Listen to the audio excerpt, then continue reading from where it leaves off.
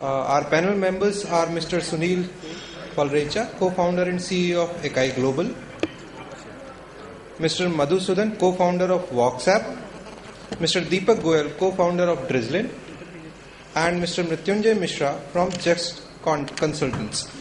Sir, over to you. We can start with the session now.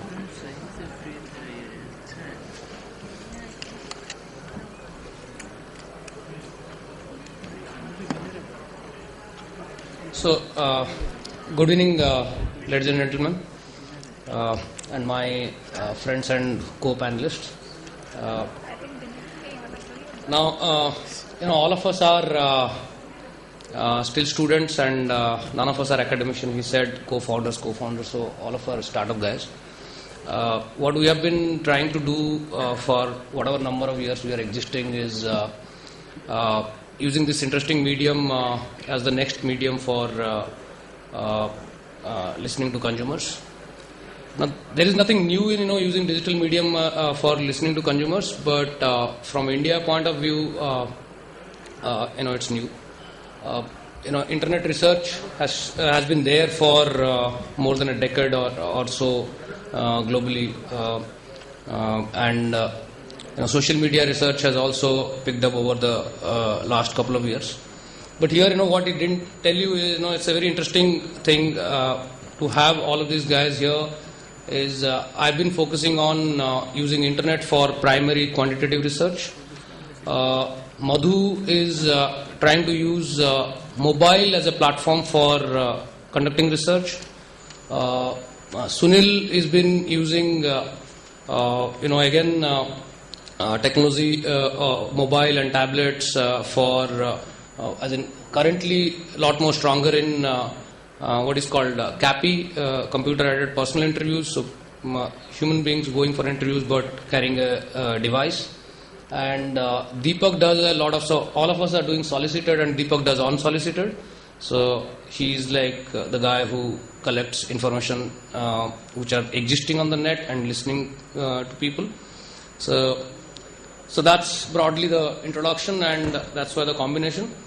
Now, the way we have formatted this presentation is, this discussion is, we are all going to make most of you know it's a really, really big country, and particularly for a researcher, it's a really, really big country. I don't know whether you have seen this map earlier. This is a map which appeared in Economist some time back. The only piece is, on the top I have done a little bit of Photoshop. So look at this map. This is India's population of 2011, state-wise population. So and I like introducing India like this to everybody because we are not one country, we are 35 countries. So a lot of the marketeers really need to know that, even if they are, successful in few countries as a multinational, when they come into India, they are going to deal with 35 countries. And specifically my international friends, if you take out an Indian currency note from your pocket, you will see there are 16 languages on that note. So that's like a very easy way of seeing the diversity in this country. Now this creates a problem for a researcher because we have like 7,935 towns, we have 640,000 plus villages, and so many people, and they are all diverse. And marketing is all about figuring out homogeneous groups and understanding those homogeneous groups. So that creates the real problem. How many homogeneous groups? So as a researcher, for whatever number of years, much lesser than all of you, I've been dabbling with this. How do I divide this country to how many homogeneous groups? And therefore, take a sample and then project it back to the universe. Do I even know the universe? Because, census is the only universe information which is available once in 10 years with whatever fields. So there are these key challenges, that we researchers deal with day in and day out. So what is the right argument really? What is the smallest homogeneous group for India? Now, maybe 33,600 cells. So we have like 35 state and union territories. Within that, we can look at various town classes by population. So towns with less than 100,000 population, 100 to 500,000 population. Then within that, maybe 5 socio-economic classes. Within that, 6 age groups, 2 genders, 2 language preference. So we can say that, okay, somebody from Maharashtra who is from a town 50,000 to 100,000 population, who is from SCCA household, less than 18-year-old male who prefers speaking in Marathi probably behaves similarly. Maybe, I don't know. Rural will be similar, but this is utopian. No researcher can afford doing this really, this cell. So all of us out here in the dais and maybe there are partial expert about India, because we'll never be able to understand this country completely, and whatever we know is like probably a few square inch of a big canvas. Now where am I heading really? So I'm saying this is this big country, and digital medium is a medium, but how much of that canvas digital medium really helps us in understanding? And that's funny, if you look at these numbers, there are too many numbers, big table. So these are some of the estimates from our recent study. So we believe that India has around 554 million mobile users. Yeah, I'm right, actually users. Don't go by the TRI number. Those are all SIMs, historically sold SIMs. So there are a number of individuals who use mobile phone will be around this. Internet is somewhere around 143 million. These numbers doesn't really matter. It's still 10-12% penetration. So that takes us to the next thing, which a lot of times, researchers and marketers are confused about. Low penetration, is it a issue or is it a non-issue? Penetration can be 12%. But how much of the population does it represent? Now, I said 36,000 cells. If we divide India into 70,000 or whatever number of cells, then of those cells, from how many cells do you have people who we can meet through internet? Now, I don't know, I haven't done that yet. But there is something we have done. We divided urban India into 2,880 cells. We thought probably this is the homogeneous group of urban India. At this level, people behave similarly. And we divided rural India into 1,400 cells and then looked at these cells in the population data and also looked at in digital medium who all are there in this. And interestingly, this can be changed. These cells you can change, you can make more, lesser, whatever. So when you look at it, we think mobile users represents, as in the numbers that we arrive at, and I'm saying around because it's all estimates. I can't be really super confident that this is correct. So 85% of Indian population can be reached for research purpose through mobile phones. You need to figure out a method. Yeah. And obviously more in urban India and less in rural. Similarly, through internet users, though it is 143 million or 150 million or whatever is that number, you can reach out to 75% of various type of Indian population if I divide India the way I divided. So, and urban India, I would say barring certain products, barring certain categories, barring certain kind of problems where we really need to deal with this real huge rural India which is 640,000 villages and really scattered. Most of the research, at least in my last 14 odd years, I have seen most of the briefs which are very urban centric from the clients. And these briefs are probably only the couple of social class. So everybody is running after, few 100 million people in India. Though we are 1.2 billion population, everybody is running after few 100 million people who are the consuming class really for most of the branded products. Now, when so there is one thought that I want to leave with you, before asking my other panel members to share their thoughts. This is something happening in urban India. I came across it recently, while studying the census data, and I really want you guys to take a note of this. In 1901, we had only one town which was more than 100,000. We had 24 towns which was more than 100,000 population in this country. By 2001, we had 393 towns which are more than 100,000 population. As on date, as per the last census, we have 496 towns in India which are more than 100,000 population.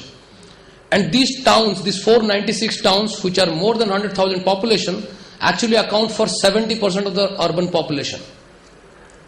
So that's where the beauty is. So beauty is there are 7,395 towns, but only 496 towns account for 70% of this population, urban population. Rest all are these small scattered towns. Now why am I saying this? I am saying it from a research point of view. If I really want to understand people, then can I stop looking at town level sampling and move into a town class level sampling? Because if less than 100,000 population towns are like close to 7,000, we'll never be able to cover them really. Okay. Can we look at some of them, carefully select them or whatever, and then try to understand this huge country? Yeah. The second piece is, there is another interesting thing happening, the million plus population towns. In 1901, we had only one town which had more than 1 million population. As on date, we have 47 towns which are more than 1 million population, where the retail FDI and all are opening up, if you know. Now these million plus towns actually account for more than 40% of the urban population. So if you understand it, then for research it becomes much easier. Lot of consumption are happening here in these towns. I'm not saying that rural is not consuming, but if urban centric research can be done in these towns. Then there is another fact that the distance between towns, to corroborate why I am saying town class level sampling, the distance between town is diminishing. If you look at the average distance between any town which is more than 10,000 population is like 10 kilometers. But more than 1 million population, 155 kilometers. So that's where they will be different. So geodemographically these towns are going to behave differently because their access to products and everything is different. And then the villages which are around them are going to have that similar access. And internet penetration is pretty high in these towns, or at least among the consuming class. So till date, for quantitative sampling in online, the way sampling is been done is there is something started in Western world, in particularly US, which is panels. So there is some companies who created panels. They brought few 100,000 people into a website or whatever, give them incentive to participate in surveys, $50 or whatever, and kept them there. Now, from there is second method that started called reverse sampling. You put ads on blind networks, you collect data from there, then Google and Facebook. So when that started, that time technology or Google, Facebook didn't exist. The technology were different. Now, why I am saying it is, if you look at a country like US, which is also heterogeneous but relatively homogeneous, from our, if we look at a relative scale and compare from India. Now, and where the product penetrations are higher, in India, other than mobile phone and television, everything is low penetration. So what happens if you have the same set of people, you keep going back to them, then where is the new demand piece that you can study? How do you find the intenders of new products? In US it works fine because most of the products are replacement demand. In India, if you are studying existing owners, it's fine to go to a panel where product where you will find most of the people owning everything. But here replacement demand is low. New demand is high. So therefore you need to think beyond panels. Now river sampling created its own trouble in online quantitative research because you are blind, you don't know who you are going to. Anyway, the self-selection bias is always there in panels because somebody is clicking voluntarily and participating in a survey. Now river sampling created a problem of not knowing who am I going to, so there is a lot of wastage. Then comes Google, which gives you some bit of targeting, as in it gives you contextual targeting, word-based targeting. You know that okay, this is the interest area, I can show some ad. Now Facebook gives you a lot of targeting. Facebook provides you demographic, psychographic, everything. You can target people, pre-target people. When Facebook came, USMR didn't write the 26 questions at that point of time. They wrote it much before Facebook came in. So all those questions are irrelevant, honestly. And I want to make that statement. When technology is growing, we should not look at sampling the way we have been looking at for a really, really long time. And now there is another method that you can do. There are enough websites where users are registered users. If they're registered users, if you know at least a couple of fields about them, age, gender, location or whatever, then you can pre-target on that. And then figure out a method to take out the self-selection bias, which is if you know the universe estimate, you can always do that. You can always do some wetting and take out the self-selection bias. So with that, I would like Madhu to come in and present, and then Sunil, and last Deepak. Yeah. Thanks, Mrityunjay. Good evening, everyone. Just to give you a very brief context on what WhatsApp is and what I'm here to speak about. WhatsApp is a mobile surveys company. We are a startup. We are about a year old. What we do is execute surveys on the mobile for consumer research. Primarily working with the large research firms, primarily in India so far.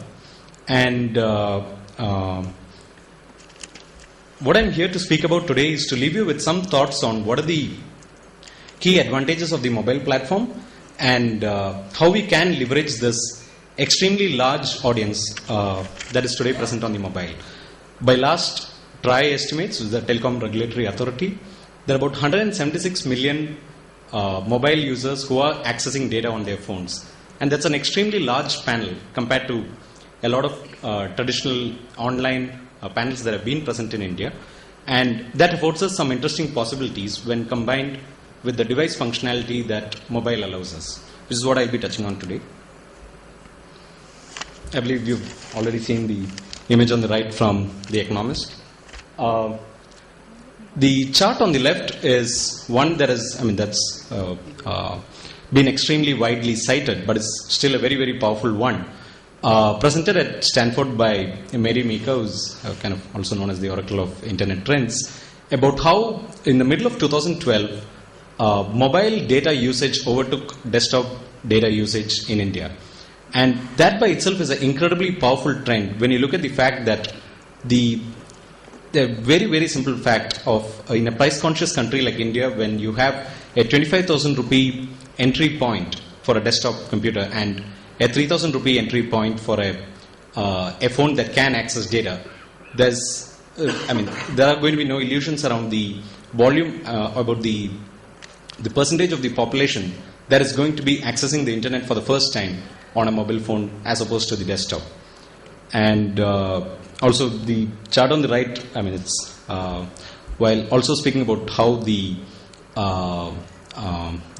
mobile consumer base in each of these states is larger than that of several countries, it also touches on what the penetration of mobile compared to almost all other devices, or even consumer goods or appliances, is higher than most of the devices in our country.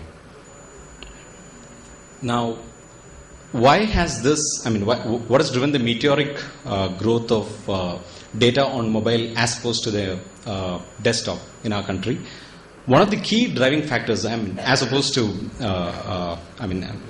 not to take away any of the fact that hardware costs have been falling dramatically, the increasing competition in telecom has actually pushed data packet affordability to extremely low levels. If you look, this is just a quick tabulation of entry-level data plans. If you look at the smallest plans, they're at rupees 4 or 5 on a daily data top-up. And while I'm fairly certain that most people in this room wouldn't have used those data plans, there is about 8,000 crores of $1.5 billion of mobile value-added services consumers who are primarily downloading either entertainment content from operator app stores, who, when they can access Google on their advanced feature phones or smartphones, are going to become extremely, all of that revenue is increasingly moving on to search, entertainment and information on those mobile phones, on mobile internet. So that's a lot of what has been driving the rapid growth and adoption. Now, in the course of the past year, we've been working with a lot of clients on working on mobile projects where we've undertaken surveys on mobile, and some of this has been most of this has been consumer research. And there are, I'll also touch on a lot of the limitations of mobile, but there are a certain set of things that we've seen works best. From the point of view of objectives that the client should ideally have, or for those projects that are best suited for mobile. One of the first and most important takeaways for mobile is the speed of turnaround. The ability to test the reactions to an advertisement that's been launched on a day, nationwide, for instance, is unparalleled in the reach that the mobile phone gives you. Also because of, it's also, I think, as opposed to desktop internet, one of the mediums with the most representative audience in the country. And most studies is typically extremely important to have a sample that's representative across socioeconomic categories. In the moment feedback, given that India is primarily or almost entirely a paper and pencil, and to a lesser extent CAPI market, there are very few.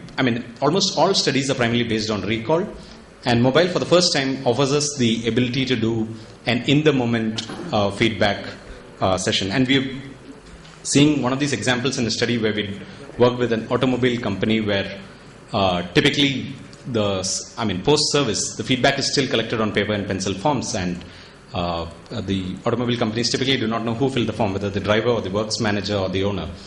And whereas on the mobile, you can actually reach the actual individual who is paying for the service. Geolocation, oft-cited as being able to improve accuracy, though it's primarily today being used as a quality control tool in computer-aided personal interviews. But we have yet to see a lot of clients actually relying on live dashboards to fully leverage the power of geolocation.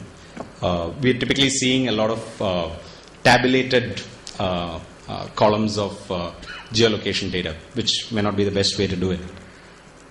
Media is one of the most powerful, and primarily I think both location and media. Device functionality is what really sets mobile apart from all other mediums in what it can afford researchers. And when combined with in-the-moment feedback, it is fairly powerful. We've also seen a fair bit of work come our way from in terms of categories like alcohol or tobacco consumption, where privacy of sharing your feedback and target groups that are typically hard to reach have found that the mobile affords a reasonably good platform to reach their respondents. I'll give you an example. So in one of the categories of vodka drinkers, where one of the socioeconomic B class categorizations was what was mandated, the client got the feedback that a lot of the buyer of research believed that a lot of their vodka consumers were actually professionals and not small business owners.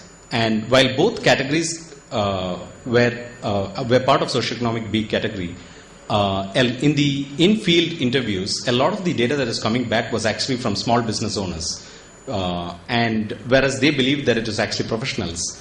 And that skew is something that was addressable significantly on mobile, because a lot of individuals a lot of the professional community is actually reachable on the smartphone in a manner that a lot of in-field interviewers weren't able to. One of the other aspects which we've of late started seeing the advantages of, a lot of situations where you have one individual doing a recruitment questionnaire, and typically for retail audit sort of situations, and other individuals visiting the same outlet later, the ability to populate and instantly disseminate to all devices the details of any store that have been captured actually make for far more efficient field work in field in terms of data capture. One of the other key bugbears of mobile has been, and this is something that I come across very often in conversations with clients, is that the typical questionnaire length being anywhere between 60 to 90 odd minutes, a lot of clients, when they view mobile through the lens of, is this a viable alternative to PAPI? The answer is no. because the maximum length and one that we've executed and or that is feasible typically tends to be about 15 minutes. And this might also be unique to India, because in conferences abroad, I've typically seen the figure that's cited of beyond 5 to 10 minutes becomes incredibly difficult on mobile. And while we have seen that in India, we have managed to get responses for questionnaires up to 15 minutes, anything beyond that is wishful thinking. A quick primer on what works best and for what use case. In a lot of ad hoc sort of studies where there's no media involved, we have typically seen that the browser-based studies allow you to get samples that are representative across all platforms and are typically also significantly lower the cost of the engagement, because the extremely large user base of advanced feature phones can also participate in your study. And the applications, the mobile applications on whichever platform they are typically don't afford that. But yeah, browsers come with the catch that they typically don't allow device functionality, but yeah, because they have access to the feature phone base, your typically cost of engagement is lower. The other key differentiating point being that the app allows you far greater control in terms of logic or in terms of immediate update to server and pull data that's relevant to your study. So just to summarize, quick points that we've seen has really been turning the tide on several engagements in favor of mobile has been turnaround time, geolocation, in the moment feedback, and the ability to leverage media and instant processing. Thank you so much.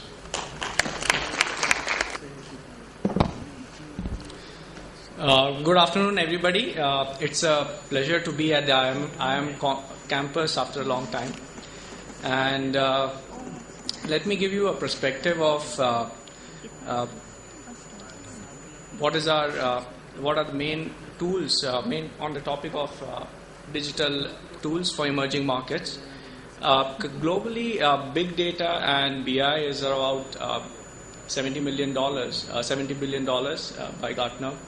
Social media is close to about $30 billion in the market.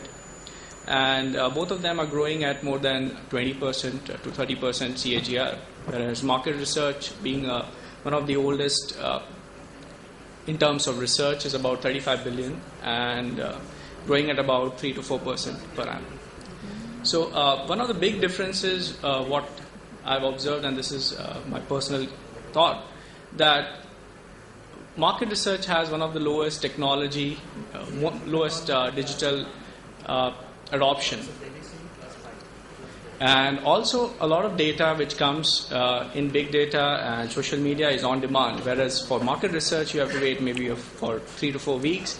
So currently the CMO or a marketing person is looking at getting quick decisions, and for that you need quicker insights, and for that you need quicker data and faster, quicker data with least quality issues. With that, I would start. Basically, each day consumers are expressing their feedback, and it could be in terms of images, or it could be in terms of verbatims. And what is happening today is, with the speed at which the data is transferring in all places, everybody wants data in near real time. And one of the critical aspects for any brand is to listen to what consumers are saying, and in real time and with location. So it has to be very context specific and get data in the right time and real time. And which is one of the good parts about social media and big data, because you have got really good tools which work in this area. So why not use mobile advantage? I'm being generic here to mobile as a platform to reach consumers, especially in emerging markets. It's one of the biggest leverage which even Mrityunjay has put down. So use mobile, tablet, and try to get faster insights. Now coming back to what are the key challenges in the emerging markets, and some of them could be specific to India, but in general, what is happening is a lot of time the digital tools are developed in the US or in the developed markets, and they come back to the emerging economies where you cannot have those costs, prohibitive costs, to get this implemented. The second challenge is the quality of the data, because a lot of times it takes most of the research done is typically investigator driven, and it takes a lot of time to do back checks, get the right data, and a lot of times there is quota overrun, because at least in India nearly 70% of the research is done on pen and paper. So you could understand the kind of time it takes to do that and what kind of quality issues could face. The other aspect is the multilingual challenge. In fact, as Muthu just said, there is in India it's like Europe, right? And whereas in a lot of other countries you would have one or two languages, and it's very easy to get data and to reach to the customers. Whereas in India or some of the emerging markets, there are multiple languages, and to communicate and get insights could be really difficult. So why not use some technologies which kind of overrun this thing? So instead of having an open end, why not record a verbatim? And which is possible using a mobile. A very fragmented market, what I mean by fragmented is the levels in which you do a particular study. And there are a lot of players to do the field, so getting the data back in time. And one of the critical differences in the way study is done in the developed market and the emerging economies would be a lot of data is offline, even though there is a lot of 2G, 3G network, but most of the places you won't find having very good connection. And since nearly 70 to 80% of all the research in emerging markets are investigator driven, you need to have an offline capability. So why not take the mobile advantage? So make it similar to an online platform, deploy it, conduct it, and get real-time data. So that would kind of be parallel with the other concepts, which is social media analytics and big data analytics. So it would be very similar. You create your surveys, you download your surveys on the device, ask specific questions, and upload the results. So the data as to the researcher is near real time, and they can focus more on the research rather than kind of struggling with the software or the programming. Yeah. Also, there can be a lot of leverage using the mobile and tablets to capture unstructured data. And nowadays, with so many insights requirement, you need to know what exactly a person is drinking, what he is liking, not liking, and at what time he or she is drinking a particular drink. So instead of getting data which is experiential, which is maybe end of the day using an online portal, why not get the data in the moment? Yeah. So now I will get to some of the studies which we have done. These are real studies, and this is for one of the FMCG major. We did it in India. This was to cover about 6 centers. There were about 3 languages, and instead of doing a central location testing, why not do it on the field, go to different places and get the data. So Serverlytics is a product we have developed with Eki Communications. So it's more of a tablet-based CAPI, and the idea with Serverlytics is it's basically multimodal. So as a researcher, you don't have to worry whether you want to do a research on mobile or on web. You can decide whatever platform you want to choose because you know how to conduct this particular study. So you create your surveys like a SurveyMonkey on a web platform and then push it depending upon your SEC, your kind of study on different devices. So the application, since it's a tablet-driven or mobile-driven, you can actually run the videos on the device itself, and the need for a central location testing can be avoided. So this reduced the turnaround time to do a field study, a complete study, by around 30%, and also there was a lot of cost advantages. You don't have to get all the people at one place. Instead of that, you could kind of go to their places and get the feed. So one of the differences which our client used was to record the oponents rather than using a textual, because if this was conducted in Marathi, Hindi, and Gujarati. So in India, there are so many languages, and if you want to capture everything in verbatim in text in English or some language, you require a lot of time. So instead of that, just capture in audio, and you could have a transcription service who he or she can actually compare everything. And the data can also be used later on with the client to get the emotions for the same. This is the other application which we can use a lot for mobile diaries, wherein you want to do a longitudinal study. And this study was done for a global beverage major. The idea was to obtain real-time beverage consumption behavior and related attitudes and motivations. This was done in 6 countries based out of India. We had done studies in the US, in Germany, China, Singapore, and Mexico. So the app, so we had different languages, so there was a main script which was in English, and then you can translate the same in different languages, and depending upon which country it is, you can push the same app. And the app is free. You can download it directly from a Google Play or an iTunes store, and depending upon your login and password, you can do this survey. So the app already structured the question with all the logic and branching, so there is no error. So only based on specific questions and answers, the next question is shown, and all the data can be taken real time and uploaded. So this also included taking the images of the beverage you're taking. So apart from this, there was a transparency to the client also, which is that they could see the whole dashboard real time. So if some study started today, they can see the data end of today, and then if there are any changes or anything, they can do it in near real time. So the idea is here, for the first time ever, a real-time data capture was possible using the application, and further time when the particular beverage was taken, what was the time, and also the geolocation. This could help a lot in quality checks, because a lot of times you never know where this particular study is done. So this mobile diary was more of a self-administered study, whereas the CAPI study was more of investigative. So just giving you a brief overview of what we have done till date.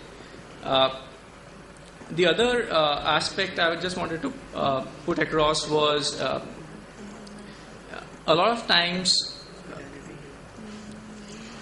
you want to reduce the cost, and especially in India, it's very cost sensitive. And using digital technology, apart from cost reduction, there could be a really good value addition on the quality of the data, and that could make the industry a real better industry and work on towards that. Thank you. Good evening, everyone. I don't have any presentations. I think this would be it, yeah. Well, great. Thanks a lot, Sunil and Madhu, for sharing your perspectives. This will go in a slightly different track, compared to what you've been listening. As Mrityunjay mentioned, what we talk about is non-solicited research. So it's slightly different. What I'll do is I'll give a brief background on what do we mean when we talk about social media data. We'll talk about the global opportunity, what's the significance of emerging markets, and then we will look at some challenges and opportunities, and I'll leave it there for you guys to ponder over. So, what do we really do? We talk about a lot of data, like my fellow panelists spoke about, that gets consumed and created constantly across various platforms, including the internet. So everything from pictures, audio, visual, textual content constantly gets produced in very large quantities.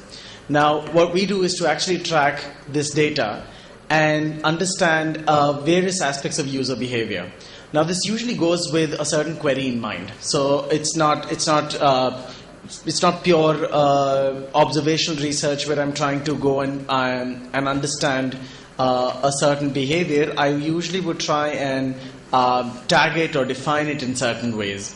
So what we do is that we will track people around a certain area. Let's say we want to know about what young people think about fashion in India, and we will define what we mean by what will be the definition of fashion. Is it defined by color? Is it defined by fabric? Is it defined by new designs? And we go on to understand what is the amount of conversation across the internet or in various ways that's given and shared. Now this data then gets tracked. It gives us information like who's talking online, where are they talking, what are they talking about, and now we're going into more deeper areas to understand why are they saying what they're saying. So this is a very broad perspective on what we do using social media. Now coming to the opportunity on what's special about this data and why does it create an interesting, unique opportunity. Unlike data where we have a mechanism of directly talking to people to acquire data sets, unsolicited data opens the entire world as an opportunity to us. So I can really gather data from any part of the world in any possible language as long as we have the capability to analyze those linguistic groups. This also, to our mind, the way we present it says that it creates a new business opportunity. It actually redefines the way the world looks at markets. So the way we had a current definition of India, or we look at markets as political geographies, India, China, Japan, Germany, South Africa, we say the internet data online redefines this whole marketplace by language clusters and not really political geographies. So for instance, all the data that consumed is written and created in the English language gets consumed by people in that language if they understand it. And likewise for Spanish, Mandarin, Japanese, any language that is created content gives me an opportunity to consume that data. If you were to actually see a very high degree of data that you would consume in the English language online is not created in the country of your origin, especially if you're in India or in most emerging markets. So you will see there are some nodal points of, economic or cultural central points where a lot of this data or content gets created and then it gets consumed across the world. So we say there are these new marketplace definition which is not China or Japan or Germany, but it's actually Mandarin, Japanese, German, English, Spanish. And it's an interesting opportunity for a global brand to look at it this way. You can actually re-look at the whole world, re-look at online data, and understand patterns of consumers across these language clusters. Now, what is also very interesting is, along with the consumption of this data that we're having that is now gets created from different parts of the world, user behavior is also changing. So until and unless we had a media environment where content that was created was only for a certain political geography, which is what happens in the case of television content or newspapers or magazines, thinking, lifestyle, psychology gets influenced in a certain way. When we start getting consuming data that comes from various geographical locations, we also see various patterns of consumer behavior that cuts across political geography. So you could find somebody in China, somebody in India, somebody in Japan, and somebody in South Africa thinking alike and thinking in a very similar manner. You just need to segment them in that way. If you start looking at this data holistically, there is an opportunity to look at this and bring this data online. Now, for large companies, this creates an interesting opportunity and a challenge as well. There is so much data that exists out there that they need to understand how to track it, how to relook at it, how to sort of completely reorient yourself to this data capturing mechanism. And that is being sorted in some ways, but still is sort of a challenge in some others. And I will tell you from a consumer side, for instance, once we were working with an electronics company that was selling smart televisions, and we had a consumer, and we were managing India, and we had a customer from Australia who came to a social platform and said, I've had a problem with this product, how could you help me? And the company responded by saying, you should talk to somebody in Australia because that's not our, we do not cater to that market. Now, what social media does is creates a global marketplace for brands. So it is very difficult to segregate markets like that, because for that customer, he's talking to a global brand, and it is for the brand to really figure out how their internal system will work to respond to him. But at the brand side, we still see that we do not have a global integration, because business models or the way they are structured is still based in such country clusters. The emerging market opportunity here is purely with numbers. There are over 2/3 of the world's population live in emerging markets, and increasingly customers of emerging markets will be defining fortunes for any company anywhere in the world, whether they come from developed markets or developing markets. That is what makes this combination very interesting, that you have a lot of this data, and a lot of this data is increasingly going to move from the typical centers of content creation that are there today to more emerging markets that would also start creating content that's more localized to them, fits their needs, is responding to the desires of that society. And it will create a bigger opportunity for one to understand these customers, to understand their lives, their choices, their desires, and that will be very critical for any company anywhere in the world. However, there are certain challenges. Currently, the way that we sort of track this data is by using certain content aggregation technologies. They work on a simple keyword-based mechanism that would track in data, put in a lot of data, classify it for us, and then we further analyze that data. Now, unfortunately, most of this technology gets developed in the developed countries, and sometimes are not very effective in understanding the nuances of the internet within emerging markets. Sometimes they do not capture social networks that could be unique to a certain country, a review site, a community that could be very specific to a certain country. They usually get left out.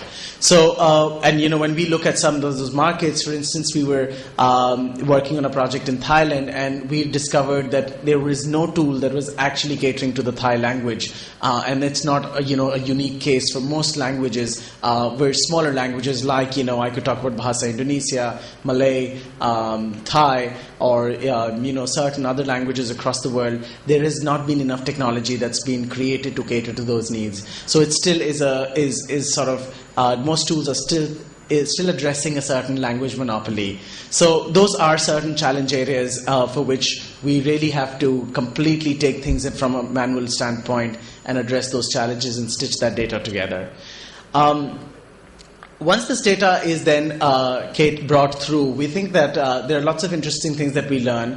The beauty of this data being unsolicited is something that we especially take pride in, because we think it's not really influenced the user behavior of the individual, because this is the kind of data that somebody would have spoken on their own. It's a desire and expression that people have done completely out of their own wish. So this is something that we like to track, we like to bring together and give a picture to companies on what is the perception of their brand or their product from a people's perspective. This diversity of these markets, however, still make sure that we have to understand that cultural nuances still matter. Though there is this central way in which this data can be captured, we can understand it, but we've also seen that to have a strong understanding of a certain marketplace, we need to have people who understand the cultural nuances of those markets. That is something that has always become critical for us to look and understand. So for instance, we've had another experience where we were managing a project in the US, and there was a special mandate that it could not have been done by an Indian who speaks English, because his expression of language and his understanding of language is very different. The nuances of the culture, the understanding of humor, the understanding of sarcasm differs in a broad way. So we see a particular opportunity in creating sort of a hybrid model that uses certain technology, use a certain kind of manual intervention of people that represent certain political geography, and creates a stronger understanding of common themes across markets, helps in clustering in a larger way than just being market focused, and helping certain global brands address key challenges that they see from consumers. I think this is broadly the kind of work that we would do from this kind of data. This data helps us in many ways. It helps us understanding the perception of a brand from a customer's perspective, which may or may not be the same the way brands look at themselves. It helps us understand various products, the efficacy of advertising for some companies, so we can also understand television advertising and how it's performing by looking at that data through the internet, because a lot of audiovisual content gets spoken and commented on the internet. This data also helps us understand certain probing crisis situations that could come on with some companies, and that is another thing that we would sometimes track and see how we could be more well prepared in a communication scenario. So this is just a very broad picture. I'd be happy to answer any specific questions if you guys have in that area. Thank you.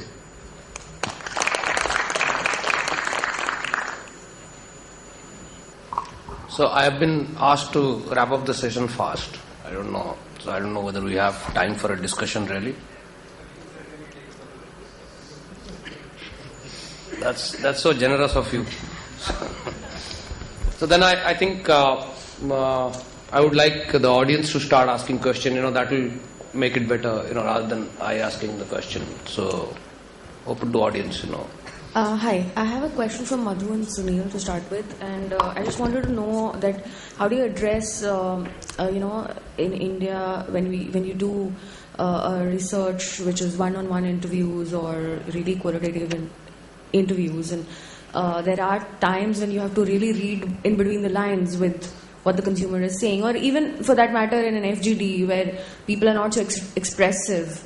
How do you really, use the mobile technology to sort of, get at least those nuances which are not really coming from a quantitative analysis, like simply answering a question on a multiple choice or things like that?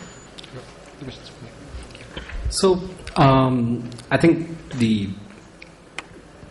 that's a very valid point. I think a lot of the subtext that typically gets captured in an interviewer-led interview, for instance, probing being case in point, typically doesn't get addressed very well on mobile. I mean, obviously, everybody works with workarounds like repeated prompts sort of thing, but it's never really the same thing. I think it is for that very same reason that you typically, from what I've seen, both abroad and in India, a lot of the research that's moved on to the mobile is quantitative research, and also a lot of it that's moved on line to has been on the desktop internet has also been quantitative research. As far as qualitative research is concerned, I have typically seen that it's typically mobile diary sort of qualitative. I mean, it's typically diary studies that have typically come online where the mobile enables repeated contact and with very little effort. I think those have been the typical sort of qualitative studies, but the vast majority of qualitative studies I don't think are really, I mean, to be fair, suited for the mobile as a medium. Can I add on that? Yeah, sure. So I will give you an example on one of the studies we did with one of the telecom operators in India. And you are right. I mean, you cannot capture all the information what you can capture on FGD. So the model they used FGDs to do the qualitative study, and this was done to understand the requirements of what are the challenges a 3G customer is having in India. So they had a panel of about 30 to 40 people, and typically they got an answer that they are very happy with it, and most of these answers were experience based, right? So they changed the methodology. They used FGDs to start with. Then they had a diary to get in the moment response whenever there was a challenge. That's where they used the mobile technology. They had the app which was the mobile diary, and they got a totally different result because those were specifics to whenever they had the issue. Now, to kind of check how this was happening, they used WhatsApp. Okay, so again, because you cannot again call an FGD to ask this question, so they asked, okay, now let's back check. Why is this happening? So for specific people who answered that, okay, they are not very happy, they asked question on WhatsApp saying that, okay, you answered this, why do you think about it? So that's how they developed this methodology and kind of came up with the latest thing. So. Thank you so much. Just a quick one to Deepak as well.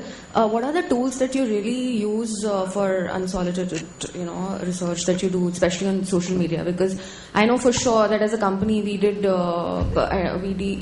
we took a listening tool from one of the bigger organizations, and like you rightly mentioned, it was a tool developed somewhere outside India, and they actually captured data globally and which had nothing or maybe minuscule percentage to do anything with us, and it was a complete waste as far as we as a Indian organization really depend. So what are the tools really that you cater to?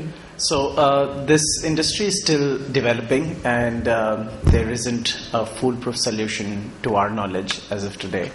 And that's what I pointed out, especially for emerging markets, is a more critical challenge because there aren't enough technology that gets developed here.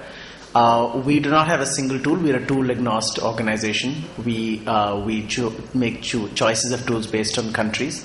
For India, there are a couple of options, but it's still not worthy enough to recommend. So I would say that it still remains a combination of some of the local tools that do better than some of the global ones. But apart from that, there has to be a certain amount of manual intervention that will bring robustness to your research.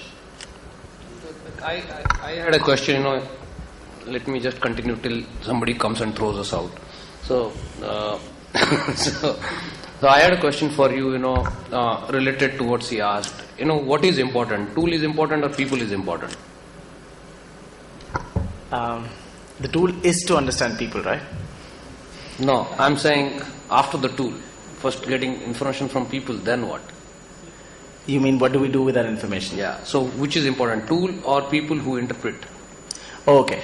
So tool is just doing a very primary job. It's just doing a job of aggregation. The beauty is actually in the analysis. It's not in the data that one gets. Okay. So what is the talent situation for you? Okay. Pretty challenging one if you were to scale this business as well. And it is qualitative research. It is subjective. It is very new. So I would say there isn't a very big talent pool to tap into if it comes into getting people who already have an understanding of this market. So it's a lot of grooming. It's a lot of getting fresh talent and grooming. That's how it is. Not the best situation, I would say. One more question. I wanted to ask it to all three of you. I'll start with you, and that will give them some more time to think. So, if you were to ask these academicians, most of them are academicians here, to work on one area of research, what would that be? Which is going to help, your kind of businesses? What would that be? Sure. I think it's a part academic challenge and perhaps part technology challenge. Yeah. So the technology side remains, and that's what we just spoke to. So it'll be delightful to see better technology. I think that's an area of constant research that is required. From an academic standpoint, I think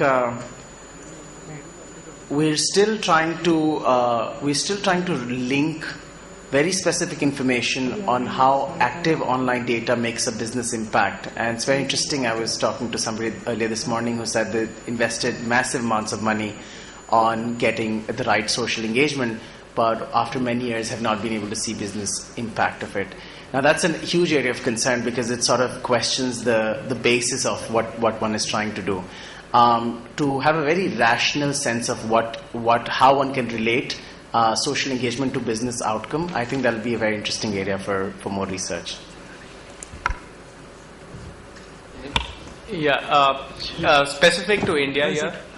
In India, nearly 70% of the market research is trackers, and typically, as you know, trackers would be more than 40 to 60 minutes. You're saying a brand track or a brand track or a customer satisfaction service, yeah. Commercial. So if you are looking at nearly real-time data using the technology, have a methodology or come up with a methodology which is foolproof, and you could complete the same study within 20 minutes or 15 minutes. So that would be a win-win for everybody.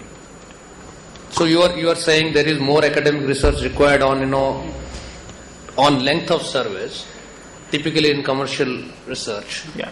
So to influence commercial researcher to reduce the length of survey, that's what you're saying? Yes.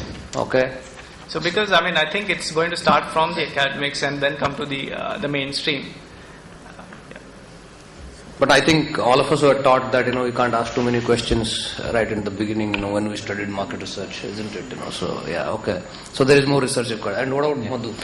Yeah, so I think, and there's also one space in which I think there's been already a fair bit of work. I think, how does moving to mobile as a medium impact the the way respondents share data and how it impacts results is something that I think isn't fully understood yet. And even in conversations with clients, that's a question that everybody has as researchers. And typically, I mean, clients are typically driven by very commercial, immediate deadlines. And I think that's a space that academic research can explore far better, because the fact is that we live in a country that will, for the foreseeable period of time, very likely see mixed use methodology even as we start listening to consumers on digital medium. So how do you manage that and the impact of, I mean, moving to a medium from, especially as, I mean, as just as Sunil touched, most of the trackers are either on paper pencil or on, I mean, netbook based CAPI. So as that moves on to other mediums, how does it impact the data? I think that's one area where where there can be a better understanding. Okay. You, during your presentation, you mentioned browser-based studies and apps. Yeah.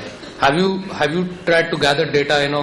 Which one works better in which situation? Yeah. So I think it's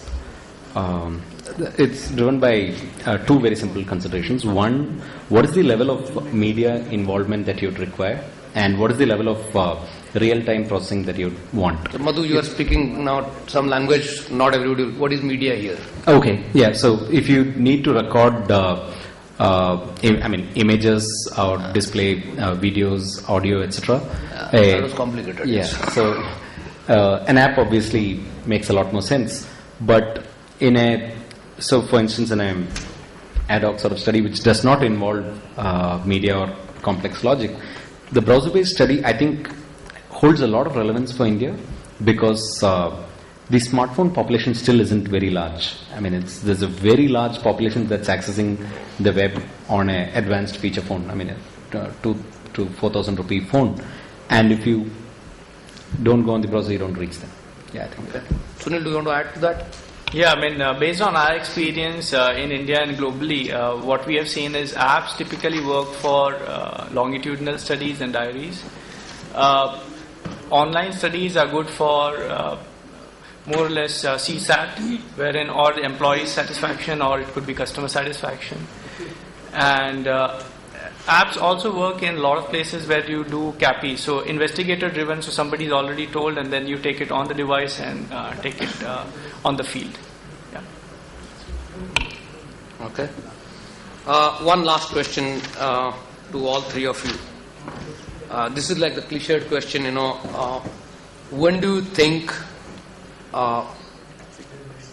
first is what makes you believe that, the method that you are bringing in is going to succeed? And second, when is that going to happen? Where is that, so why I said cliched that, everything has an inflection point, when is that inflection point going to happen? When digital medium will be used more for listening to consumer, then what now it is used for. So it's when and why I believe it would succeed, yes. right? Yes. So I think till I brush up my astrological credentials, I think the when is hopefully the soonest. And I think on the why, I think we are hearing the reasons from clients. Even at the recent MRSI conference, data integrity turned up as one of the key factors that is top of mind in both research buyers and with the research firms. So in terms of data integrity, speed of turnaround, all of these are, I think, reasonably universal needs within the industry. So yeah, I think we have a fair shot at succeeding. For answering this, I will put on my marketing hat, and as a marketing person, I mean, I want to get my insights, and I think social media, or whether it is big data or business intelligence or market research, we are kind of giving business insights to take decisions. And the faster we allow people to take that data and get in real time, and that's the reason why a lot of investments happening in big data, in social media. And one of the things which are lacking in market research is that technology aspect. And I think if we can deliver something on a platform which is multimodal, which requires very less credibility issues, and get the data real time to the agencies as well as the clients, I think that should work. And we are working on that aspect, right? I think hopefully we will be there soon. Thank you. On the why, I would say we've of course experienced as we go along. We've had more learning, better learning. We've had customers who've come back to us, so we sort of extrapolate that there has to be some value coming out there. On the when, I would say it's a journey. As we improve, we hope to get better with time. Okay. So thank you all for patiently listening to us.